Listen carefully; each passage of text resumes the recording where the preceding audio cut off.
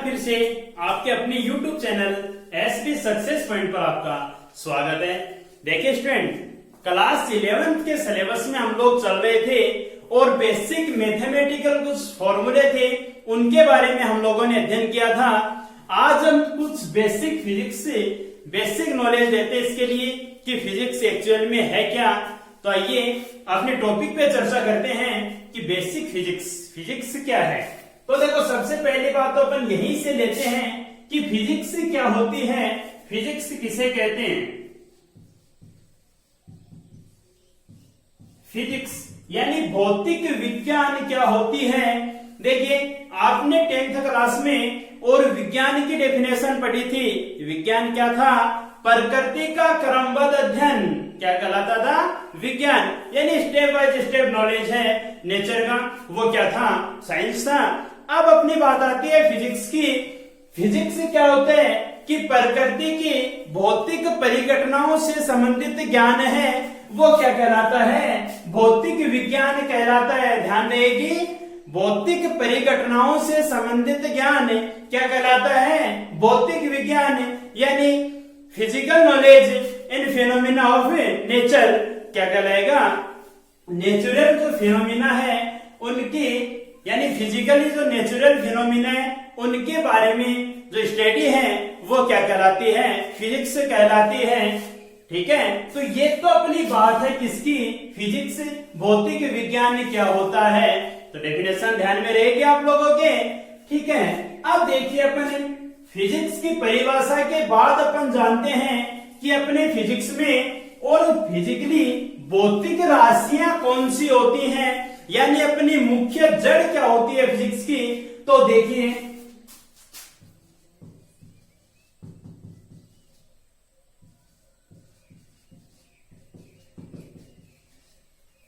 Physical quantities भौतिक राशियां।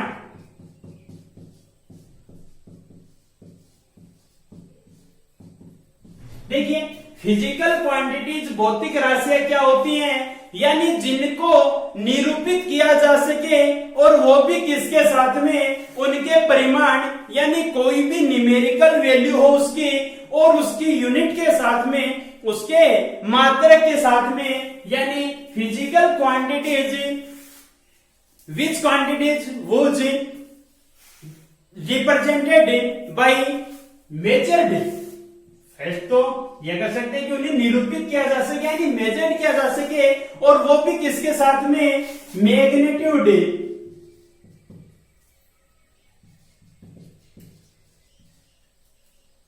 And unit.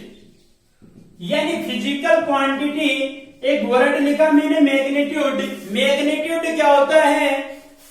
Numerical value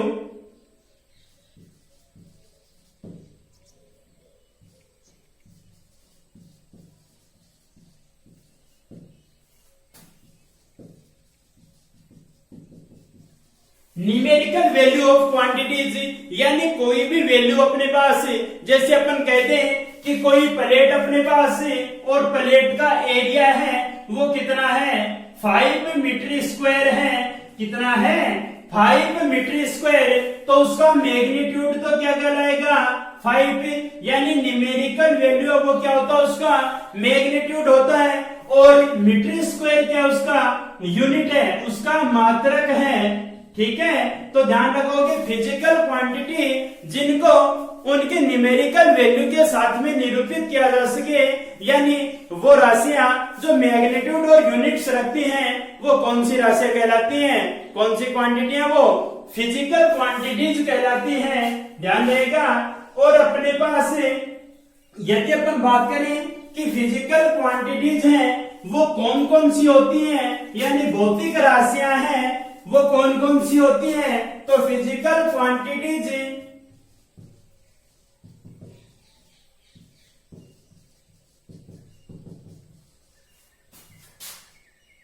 have 2 types. Physical राशियां हैं, भौतिक राशियां वो कितने प्रकार की होती हैं? 2 प्रकार की। कौन कौन सी? फर्स्ट होती है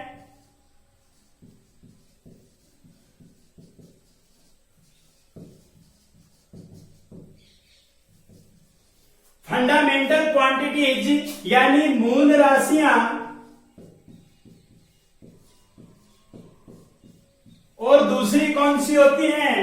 डिलीवर्ड या डिराइव्ड।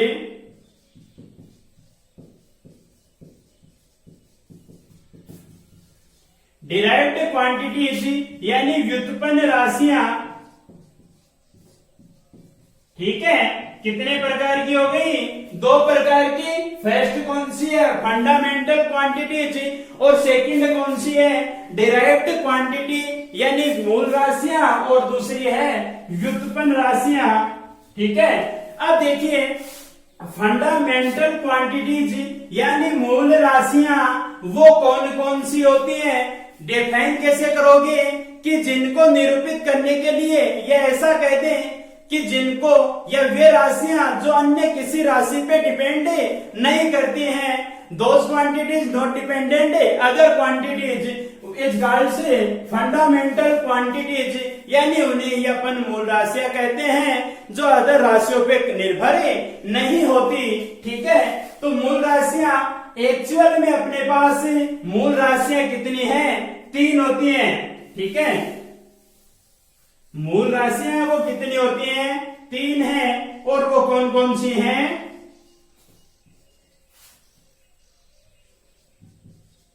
द्रव्यमान यानी मास, दूसरा अपने पास लंबाई लेंथ, और तीसरा अपने पास समय। ध्यान रखिएगा स्टूडेंट्स कि मूल राशियां अपने पास वो कितने प्रकार की होती हैं? 3 प्रकार की होती हैं। आगे अपन पढ़ेंगे इनके लिए डायमेंशन यानी विमाएं पढ़ेंगे इसके लिए। तो डायमेंशन में सदैव इसी चीज पे डायमेंशन हमेशा लिखी जाएगी। वो किन बेस पे लिखी जाएगी? फंडामेंटल क्वांटिटीज के बेस पे लिखी जाएगी, यानी मूल राशियों के द्वारा ही बनाई जाएगी उसकी विमा। तो ध्यान रखोगे आप कि फंडामेंटल क्वांटिटीज है वो कितनी होती हैं? 3 होती हैं, और वो भी कौन कौन सी? द्रव्यमान, मास, लेंथ और समय। ठीक है, टाइम। इन तीनों चीजों को ध्यान में रखोगे आप। ठीक है, दूसरी बात आती है अपने पास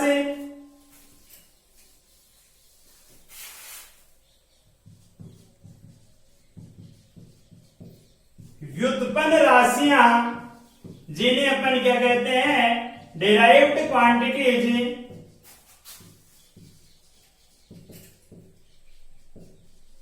डिराइव्ड क्वांटिटीज कौन सी होंगी? यानी कहने का मतलब है जिन्हें फंडामेंटल क्वांटिटीज की सहायता से क्या किया जाता है? डिराइव किया जाता है या व्युत्पन्न किया जाता है। कहने का सीधा सीधा मतलब यह हुआ कि जो मूल राशियों की सहायता से निर्मित होती हैं वो कौन सी कहलाती हैं? व्युत्पन्न राशियां या डिराइव्ड क्वांटिटी उन्हें कहते हैं। ध्यान में रहेगा। अब देखिए, जैसे मान लो एग्जाम्पल की बात करें, फॉर एग्जाम्पल क्वांटिटीज अपने पास जैसे मान लेते हैं अपन वेलोसिटी, वेग, अदर माने अपन एक्सेलरेशन,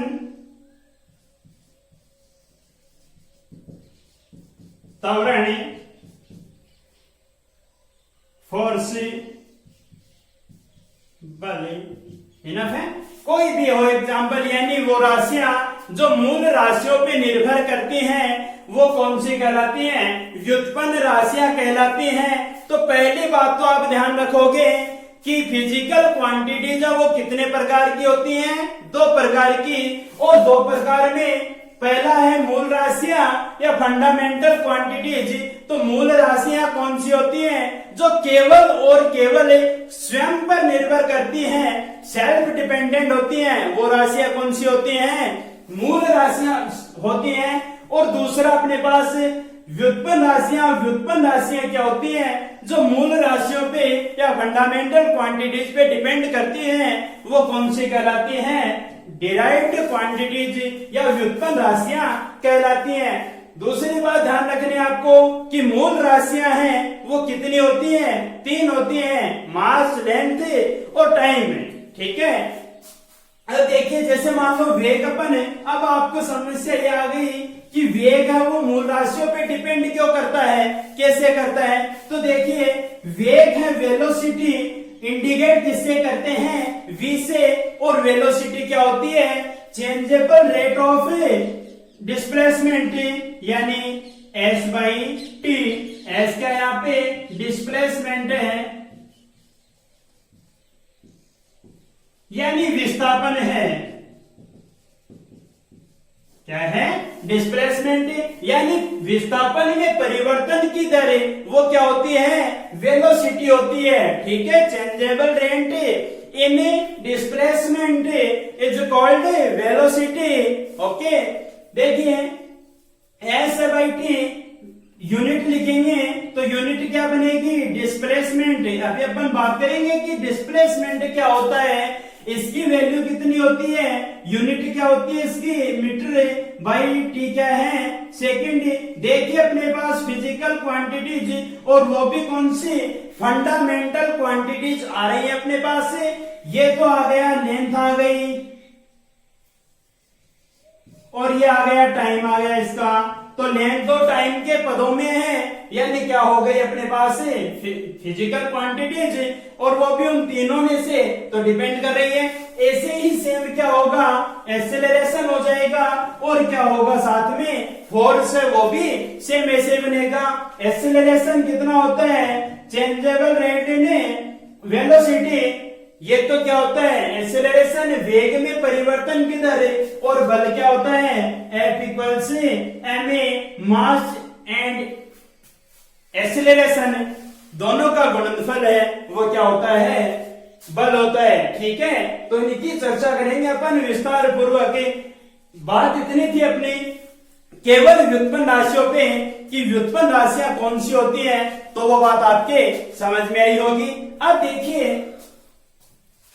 इनके बाद क्यूनामन की चर्चा कर लेते हैं कि ये चीजें जो अपन ने लिखी हैं ये क्या क्या होती हैं। तो मुख्यतः इसमें भी अपन ने तीन चीजें एक बार पढ़ लेते हैं, उसके बाद आगे फोर्स है वो तो सब आगे अपन पढ़ते रहेंगे। ठीक है, फोर्स है, एनर्जी है, बहुत सी चीजें हैं तो वो स्टेप बाय स्टेप अपन चलते रहेंगे। एक बार अपन मुख्यतः नॉर्मली रूप से पढ़ लेते हैं। देखिए सबसे पहली बात करें अपन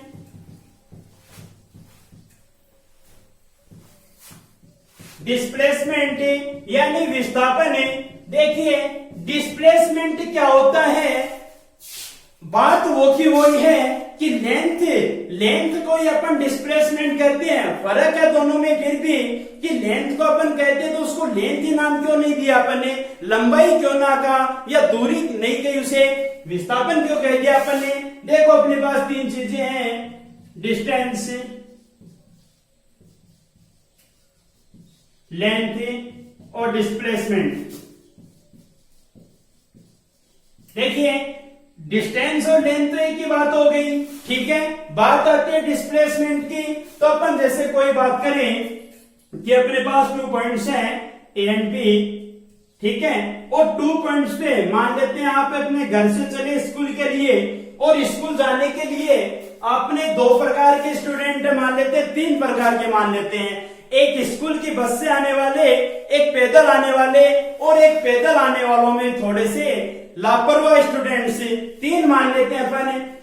लापरवाह स्टूडेंट है वो तो स्कूल के पीछे वाले रास्ते से घूमते फिरते आ रहा है। ठीक है, दूसरा अपन मान लेते हैं कि स्कूल बस है वो 2-4 स्टैंड से घूमते हुए कहां पहुंची, यहां पर पहुंची। ठीक है, और एक सिंसियर स्टूडेंट जो सीधे सीधे अपने घर से निकले और स्कूल तक पहुंच गए। ठीक है, तो देखिए तीनों में फर्क क्या हुआ, जगह तो एक ही है, ए से चले और बी तक पहुंच रहे हैं, एक ही जगह से शुरू हुए और एक ही पॉइंट तक पहुंचे। तो उनके लिए देखिए डिस्टेंस और लेंथ की बात तो हो गई है। डिस्प्लेसमेंट क्या होता है, लोएस्ट डिस्टेंस बिटवीन 2 पॉइंट्स, यानी न्यूनतम डिस्टेंस है दोनों, या ऐसा भी कह सकते हो न्यूनतम पथ की लंबाई। सबसे छोटा पथ कौन सा है, ए से बी तक, तो ये तो बन जाएगा डिस्प्लेसमेंट यानी विस्थापन बन जाएगा। ठीक है, और बाकी सब वैल्यू हैं वो क्या रहेंगे, इनके लिए डिस्टेंस रहेंगे। ध्यान में रहेगा, बाकी सब वैल्यू है डिस्टेंस रहेंगे, और जो सबसे कम वैल्यू है यानी न्यूनतम पथ की लंबाई, ठीक है, ध्यान रहेगा, लोवेस्ट पथ है उसके लिए कितना होगा, उससे क्या कहेंगे अपन, डिस्प्लेसमेंट कहेंगे। ठीक है, ध्यान में रहेगी बात।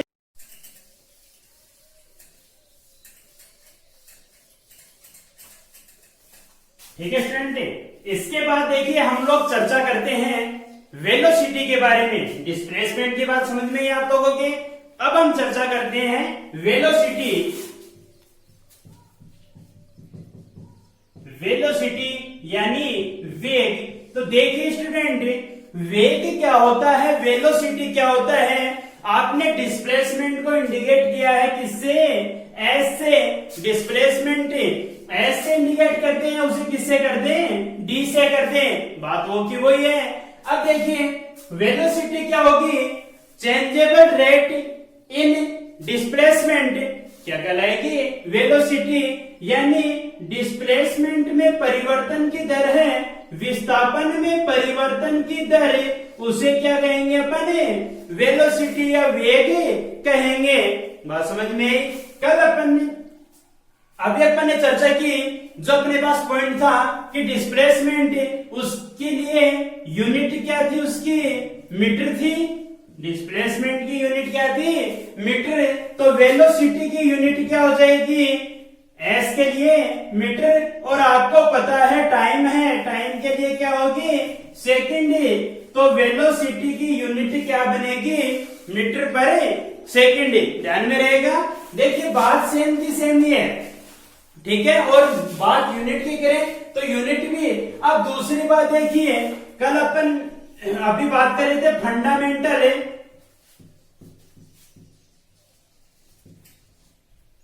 क्वांटिटीज, और दूसरी अपन ने की थी डिराइव्ड क्वांटिटीज। और उसमें एग्जांपल मैंने बताया आपको, डिराइव्ड क्वांटिटीज का एग्जांपल कौन सा है, वेलोसिटी, एक्सेलरेशन, उन सब के बारे में अपन ने लिखा है भी। तो देखिए ये सब है, क्योंकि देखिए किस पे डिपेंड है, ds बाई डी टी बन रहा है। चाहे तो आप इसे ऐसा भी लिख सकते हैं, v equals S by T. ये भी क्या होगा, है तो बात वही, वेलोसिटी।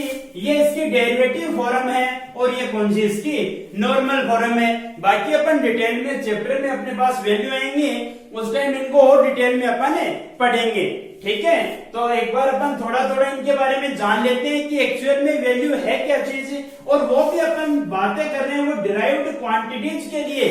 उनमें बातें अपने सामने आई थी, एग्जाम्पल लिए थे, तो थोड़ा सा इनके बारे में हम लोग अध्ययन कर लेते हैं।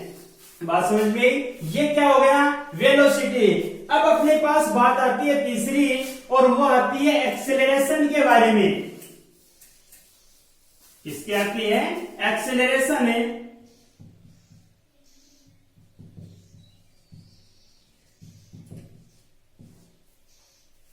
एक्सेलरेशन देखिए क्या होता है, वही बात है जो वेलोसिटी हम लोगों ने पढ़ी है। वेलोसिटी में changeable rate in velocity v by T किसको इंडिकेट करेगी, a। एक्सेलरेशन इंडिकेट किया जाता है इसे, a इक्वल्स कितना हो जाएगा, v बाई टी। या फिर अपन देखो, ये तो साधारण सी बात हो गई, अपन ऐसा भी तो लिख सकते हैं, a इक्वल्स डेरिवेटिव फॉर्म में लिखें तो dv बाई dt बन जाएगा। ये भी एक्सेलरेशन को ही इंडिकेट करता है। चाहो तो आप इसे ऐसा भी लिख सकते हो, a इक्वल्स v, आपको पता है वेलोसिटी यानी वेग। वेग क्या होता है, एक्सेलरेशन का मतलब क्या होता है, त्वरण। ठीक है, वेग क्या होता है, ds बाई dt। तो डिस्प्लेसमेंट के पदों में यदि इसे लिखना चाहो तो कितना हो जाएगा, d बाई dt, और इंटू में ds बाई dt ये बनेगा। यानी ऐसा लिख सकते हो इसको, a d बाई dt, या फिर इसे d2s बाई dt2 भी कह सकते हो। ठीक है, d2s बाई dt2, यानी डिस्प्लेसमेंट का दो बार अपन क्या करते हैं, डिफरेंशिएशन करते हैं, अवकलन करते हैं, तो वैल्यू किस में कन्वर्ट हो जाएगी, एक्सेलरेशन यानी त्वरण में कन्वर्ट हो जाएगी। ध्यान में रहेगा। तो ये तो अपने पास साधारण सी बातें थी, किन किन के लिए, डिस्प्लेसमेंट, वेलोसिटी और एक्सेलरेशन के बारे में साधारण सी बात थी। ठीक है, बात समझ में आई होगी। अब देखिए, जो अपन ने कल फिजिकल क्वांटिटीज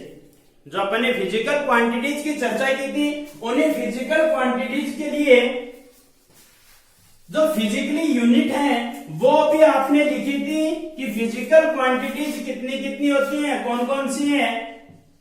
मास, लेंथ और टाइम, तीन थे। और इनकी यूनिट कौन सी होती है। मास के लिए आपने लिखा था किलोग्राम में, लेंथ है मीटर, टाइम सेकंड, यही ना। अब देखिए, अपन बात करें फिजिकल क्वांटिटीज के बाद में फिजिकल यूनिट कौन कौन सी होती हैं। तो देखिए, फिजिकल यूनिट तो ये तीनों ही है, फिजिकल यूनिट तो ये तीनों ही हैं। फर्क इतना सा है कि यूनिट को रिप्रेजेंट करने के लिए अपने पास यूनिट सिस्टम होता है, और वो यूनिट सिस्टम कौन कौन सा होता है। तो देखिए स्टूडेंट, यूनिट सिस्टम है, तो इसको ऐसे लिख देते हैं अपन, यूनिट सिस्टम।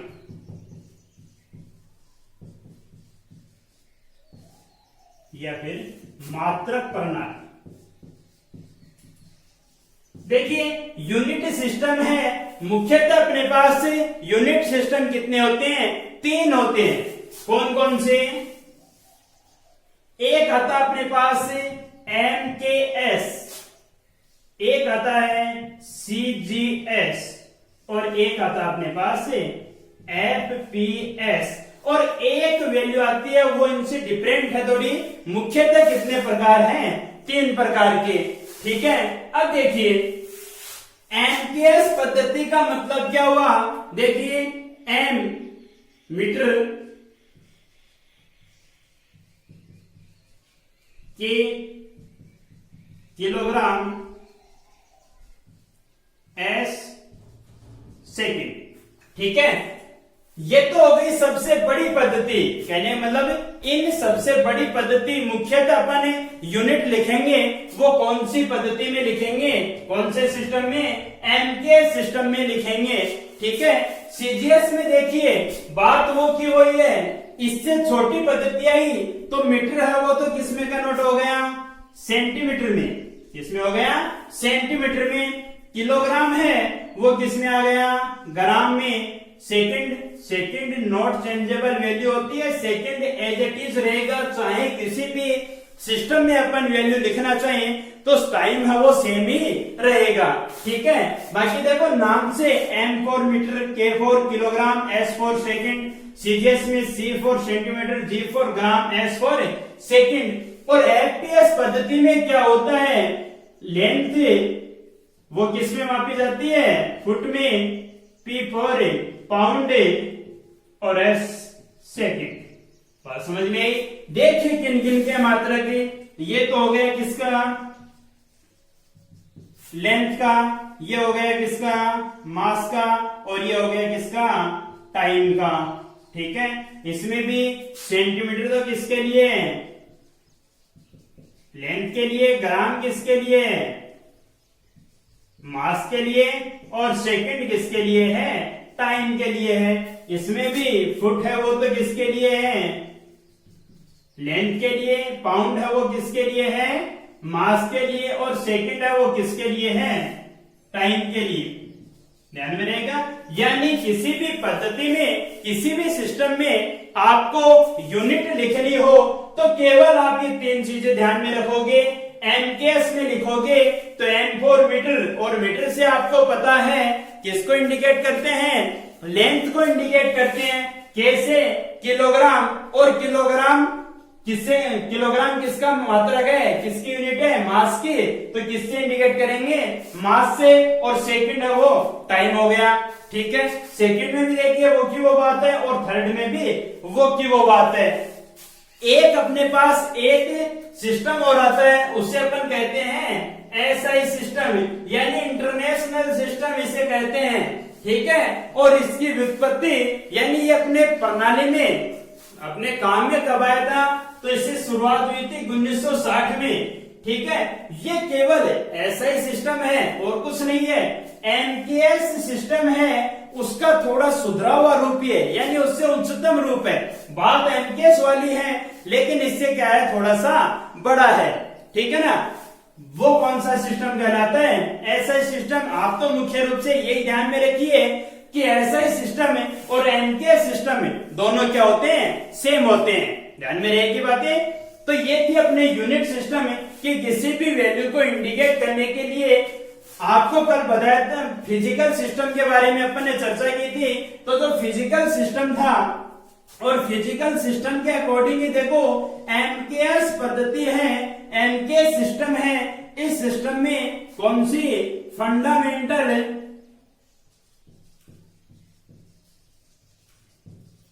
फंडामेंटल क्वांटिटीज के बारे में चर्चा की है, यानी मूल राशियों के बारे में हम लोगों ने चर्चा की है। और मूल राशियों के मात्रा की हो गई तो ये कौन से कहलाएंगे, फंडामेंटल यूनिट कहलाएंगे, यानी मूल भौतिक राशियां, ऐसा कह सकते हैं कि फंडामेंटल फिजिकल क्वांटिटीज या फंडामेंटल फिजिकल यूनिट वो कौन सी रहेंगी, ये रहेंगी। बाकी सब है वो क्या है, इनसे ही व्युत्पत्ति होती है, इनसे ही डिराइव्ड होती है। तो इन सबको क्या कह सकते हैं अपन, डिराइव्ड फिजिकल यूनिट कह सकते हैं, ठीक है। ये थी अपनी साधारण सी बातें।